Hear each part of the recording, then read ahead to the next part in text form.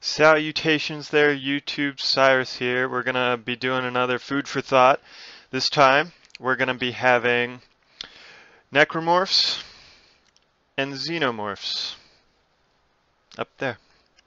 Here. Um, both of these are, the parallels on these are, they both need human hosts to flourish, I suppose. Flourish, exist.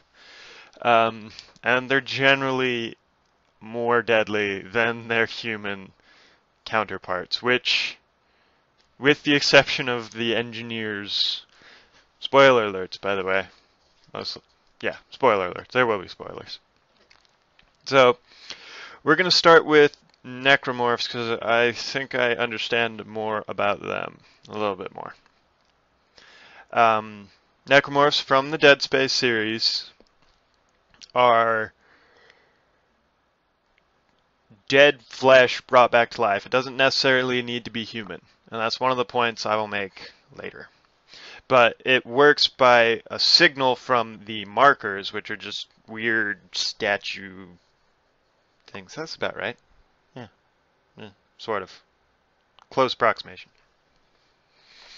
But and these markers send out a signal which reanimates dead flesh and creates these really nightmarish creatures to go make more dead flesh. Or infect the dead flesh so it's a faster process.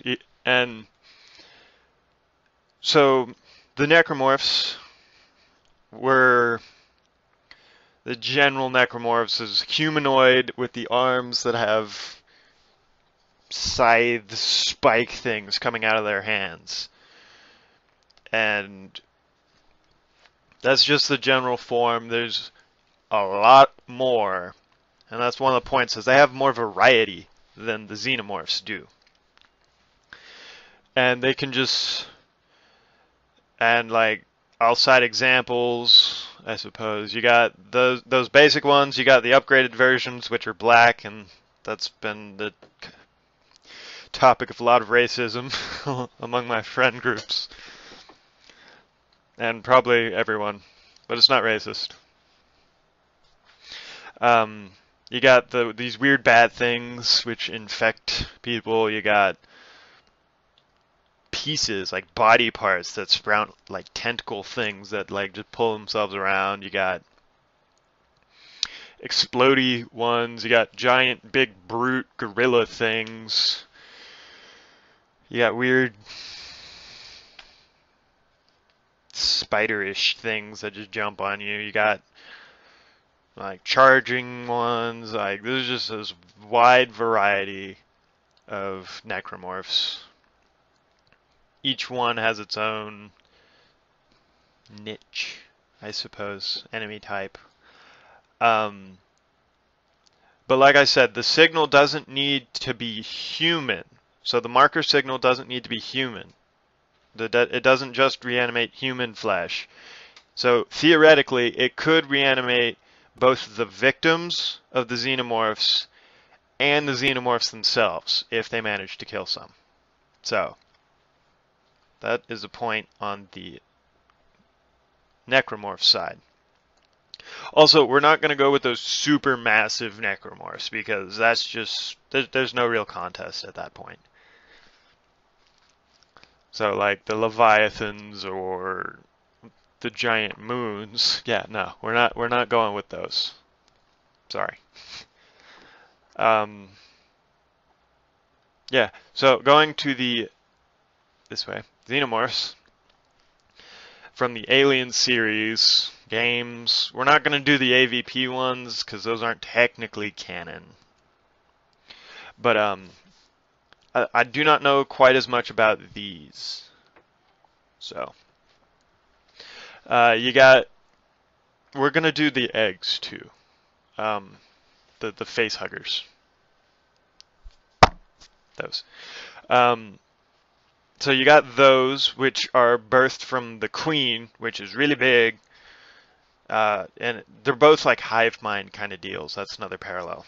So she's the center of the hive mind. And then the Necromorphs, Xenomorphs. Oh, those are confusing. Oh well. The Xenomorphs are the ultimate predator. Or that's what they're portrayed as. They're absolutely lethal, survive in space, survive underwater, no oxygen needed, acid blood, like super acid blood, which might not affect the Necromorphs quite as much because the Necromorphs also have an acid spitter and he's not affected by it as much. I will say that it would melt their flesh, but the Necromorphs don't seem to feel pain, and you'd have to melt off arms and limbs to actually put them down. So the Xenomorphs also have that like tail. They're generally stronger. Like the Necromorphs don't appear, just the general ones aren't stronger than their human counterparts. So, but the Xenomorphs obviously are. They're a lot stronger. Xenomorphs do have more stealth than Necromorphs. And the Xenomorphs are smarter. I mean, like, in the movies, it was clearly betrayed they learn very quickly, and they will not hesitate to sacrifice one of their own to complete the objective.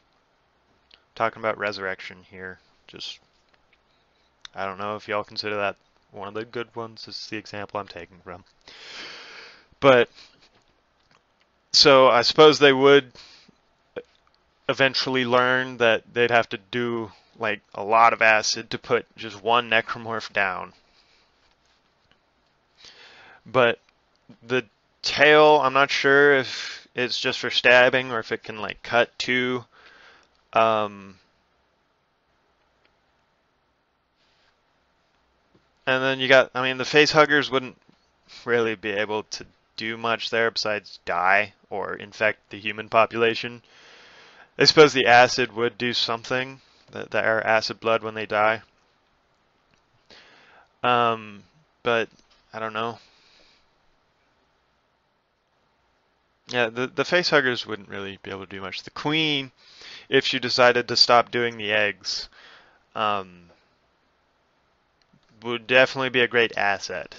I mean, she could take the brutes on like no problem at all. But so yeah, that's the question.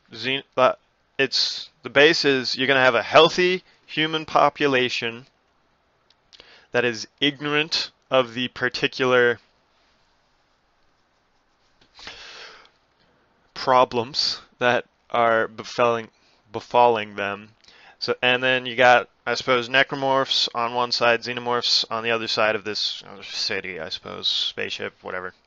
Probably spaceship, because why not? But big spaceship, lots of people, and you got the marker on one end, you got the queen on the other. I mean, who would win?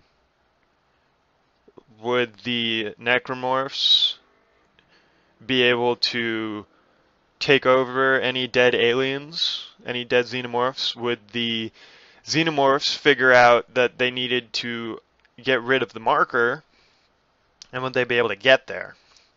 So, in this situation, both are on a very big ship with a healthy human population. Also, the marker drives people insane as well. So the aliens would definitely have fun with that, but the Necromorphs would just go to town on that. So, Xenomorphs smarter, Necromorphs more vicious, I suppose. I mean, like, there's no restraint or anything in that. But yeah, that's the question, guys. Some food for thought. Let me know what y'all think in the comments below. And until next time, deuces.